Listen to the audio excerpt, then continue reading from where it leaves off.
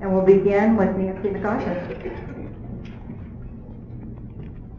Good evening, everyone. My name is Nancy McArthur, and I want to thank ATEC for hosting this event and the League of Women Voters, and all of you for coming out. It's a wonderful thing to be involved in, and it's good to see all of you here tonight.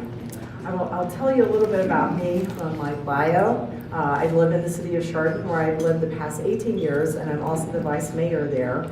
I've been on city council for 2 terms, where I've served in the legislative, finance, and audit committees, and I've chaired all of those committees as well. I think I've basically sat on just about every committee that we have. In my tenure there, we have done a great deal to turn things around in our city. One of the first things that I did when I came onto city council was to institute a performance audit, and we were able to identify about $500,000 of money in services that we were able to save taxes with that money. So those are being implemented now. Most of them have been implemented, and it's really created a great sense for our city that we're doing and managing things very well. In addition, just this year we were awarded a AAA rating through our S&P rating, and we have the distinction of being one of the top cities in the state of Ohio having that rating. Only 10% of cities have that rating. In addition, we created a revitalization district by talking to some of the businesses in the area. They were able to expand their businesses, and we've had new businesses come in because of that legislation. So we've been able to work very closely together to get some great things done. My main reason for getting involved in local government was to bring in new businesses and to create a really strong tax base for our community. And we have been able to do that through some very great fiscal sound policies, reducing our regulations for our businesses, and also providing some great services for our residents there. In addition, I've been working in business for over 30 years myself. I'm a small business banker with Key Bank in Chardon, and I've worked in the finance area for a while, and I've also worked in marketing and human resources and a lot of other industries. I have a bachelor's degree from Cleveland State University in communications, and I minored in business.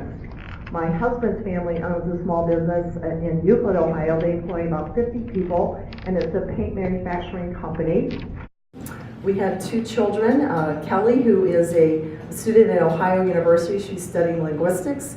She is married, and a son still at home, 16, and he is doing post-secondary work at Lakeland Community College. I mainly am focusing on trying to create the right environment for this district. The first thing that I suggest that we do is to clean up the crime and drug problem. And I have a 3-point plan to do that. First, by talking to, thank you. I'm John Patterson, and I've served as your state representative for the last 2 years.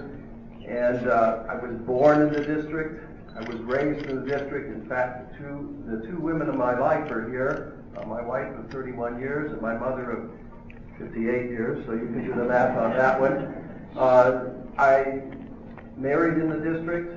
We raised our family here and retired from here.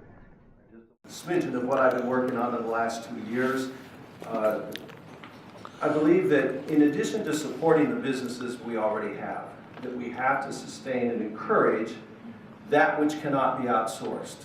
And that would be tourism industry, in viticulture in particular, and our agricultural industry. Those cannot leave this district. And I think it's important that we develop that, because we all know how many businesses and industries have left. So what have I done in the last 2 years to help that? Briefly, in the Conneaut area, I was able to work diligently to restore staffing at the Travel Information Center to draw tourists into Conneaut. That's critically important to their economy. In Ashtabula, I worked with various partners to get the Ashtabula River dredged so that we can bring in more outside dollars in the river, because every boat that is launched brings in $72 of local revenue. Critically important. In Geneva area, the Geneva on the lake, the corridor there this summer that was, and some of you tried to drive that perhaps, Lake Road that was reconstructed. I worked diligently with ODOT to make sure that there weren't transportation snafus, because tourism is so important in Geneva on the lake, and we worked on that throughout the spring. In Geauga County, it's important to get the maple syrup bill passed so that we can have awareness of that industry. According to the maple producers, 80% of the raw sap that we produce is shipped out of the district. It actually goes to Vermont and it comes back and we buy it. I'd like to close those loopholes. Now recently, and another two things real quick.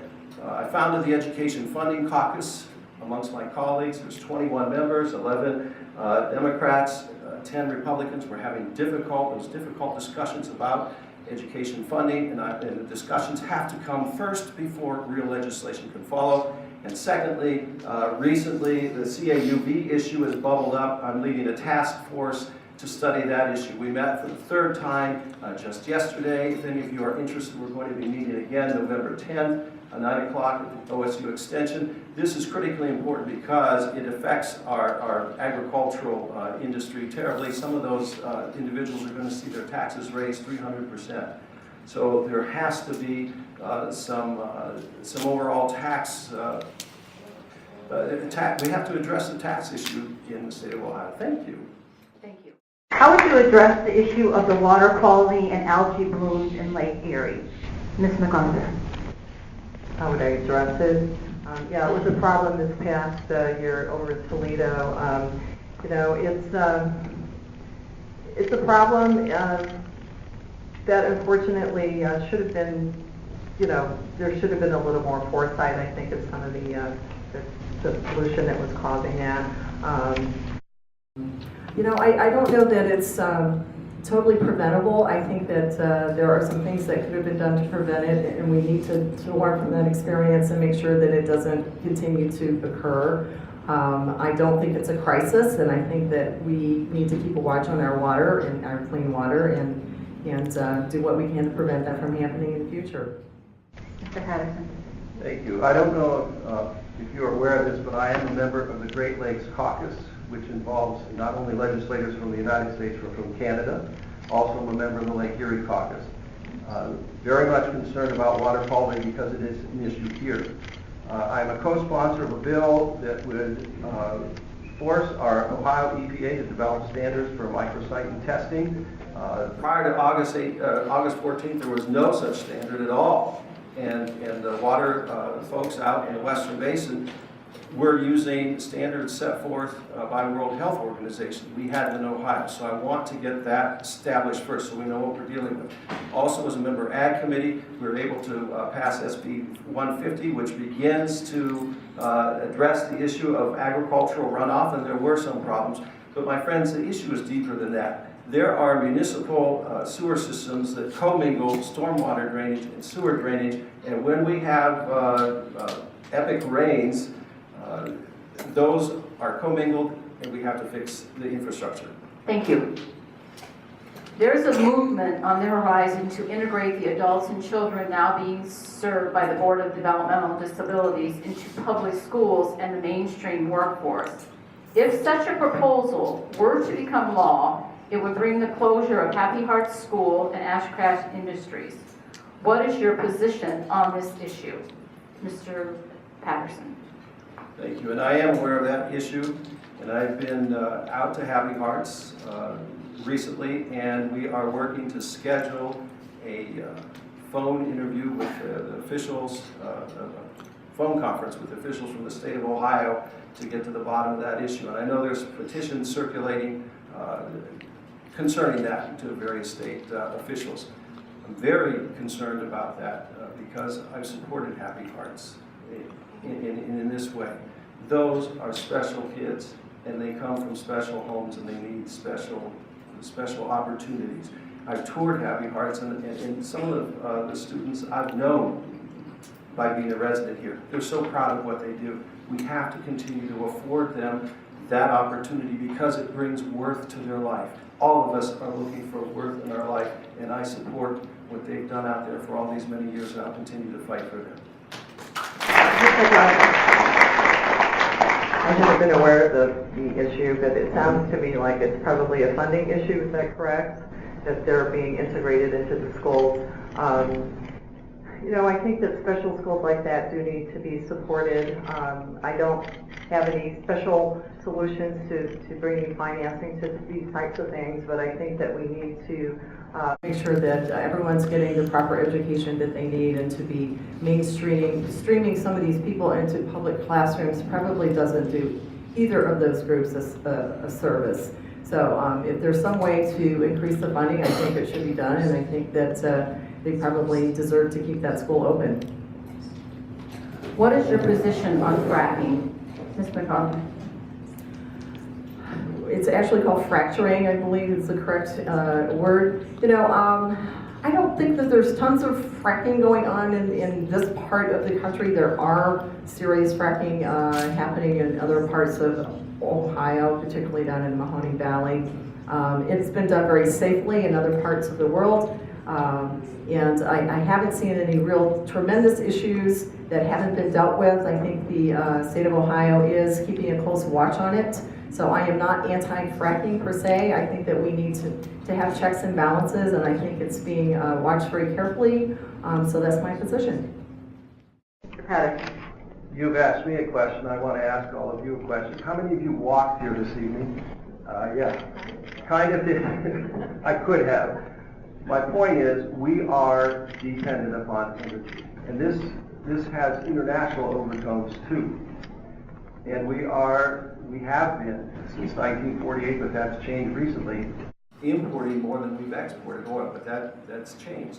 And in some ways, it has caused a negative drain on our economy. My point is, we have to balance appropriate energy development with appropriate environmental protection, especially in our district. And those of you from Conneaut, I know about the injection well up there.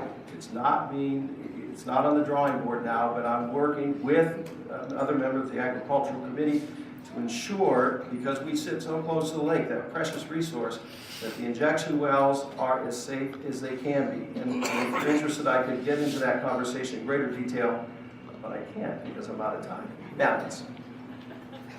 There was a question about the CAUV taxes and if legislation was going to be submitted to that. You addressed it earlier, Mr. Patterson, but would you want to comment more on that? Yes, just yesterday we had a teleconference with the chairman of the Ways and Means and a fellow representative who is working closely with Representative McLean to do just that. We had an in-depth discussion, and I think there were some of you who might have been at that meeting yesterday. It's a very complex issue. What really needs to happen in an ideal world is to freeze or to have a moratorium on the tax increase that's going to go into effect. And admittedly, I don't know if in lame duck session we'll be able to move that fast. In the long run, the CAU formula, which was instituted in the 1970s, worked then, but it is predicated upon a national economy. Those of you who are engaged in agriculture know we're dealing with an international economy now, and it's changed everything. One quick note here, Brazil is going to produce more soybeans this year than the United States. It changes everything, so we have to address it. Ms. McArthur. Yeah, you know, I found out about this right before one of our county fairs. Someone approached me from Ashtabula County, and it's come up with in many conversations with farmers that I've spoken with. I think it is a very egregious increase in taxes. You know, if I'm elected, I'm going to go down there and try to stop it from happening at the levels that it is. It's not affordable. It's going to put people out of business, and it doesn't make sense. So I would be in favor of stopping it, freezing it, reducing it, all of the above. Thank you. What would you say are the 3 most important books you have read to develop your legislative or legal bent? Ms. McArthur. Books that I've read to develop my legislative or legal bent. Wow. Read a lot of the ORC. I don't know if that's, technically it is a published book. I would say the Constitution of the United States, studied it well, and the Constitution of the state of Ohio. Mr. Patterson. That's an interesting question. I've read a lot of books, and I'm trying to zero in on a few that have made a difference. One is the the 7 essential ingredients of a successful person. Stephen Covey wrote it a few years ago. It's about building team, and I think that's critically important. But in addition to that, Doris Kearns Goodwin is a favorite author of mine, and so is David McCulloch, historians who have brought to life. In fact, I met Doris Kearns Goodwin this summer, and she spends time with her dead men. Theodore Roosevelt, Franklin Roosevelt. How many of you saw the Ken Burns special? Fascinating stuff. My point is, I've read, I'm reading 2 books on Theodore Roosevelt now, one by her, one by Edmund Morris, and there's a lot that we can take from literature and trying to apply to our current times things that have done in the past. Thank you. Thank you. Candidates for state representative, 99th district, Nancy McArthur, Patterson.